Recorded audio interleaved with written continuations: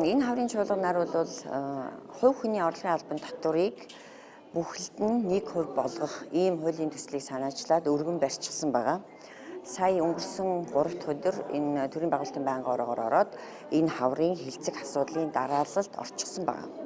Тэгэхээр энэ хууль бол маш чухал хууль гэж бодож байгаа. Энэ бол ерөөсөө орлого олж байгаа, ажил хөдөлмөрийг эрхэлж байгаа бүх хүнд хамааралтай ийм хууль байгаа юм. Тэгэхээр одоо бол үнэхээр ард иргэд бол татврын ачаалалд бол үнэхээр маш ихээр дарамтлуулж байна, тий. Тэгээд бодит орлого нь бол бага байна. Энэ их үнийн өсөлтөнд нэрвэгдэж байна. Тэгэхээр бид нар энэ нэгэнт одоо ард иргэдийнхаа тэр аж ахуй нэгжүүд ч гэсэн маш олон төрлийн маш олон хувийн дарамтанд ачаалал татврын хувьд байгаа учраас цалингийн нэмэхэд хүндрэлтэй байна. Тийм учраас нэг арга нь юу вэ гэвэл иргэдийн бодит орлогыг нэмэгдүүлэхийн тулд одоо төрд төлж байгаа татврыг басгачихъя. 10% биш 1% төлчихье, тий? Тэгэнгүүт нөгөө 9% тэр татвар буюу жишээлбэл одоо 2 сая төгрөг байх юм бол 20 мянган лөв 180-ыг өөртөө авч үлдээд аж амьдралдаа зарцуулаа.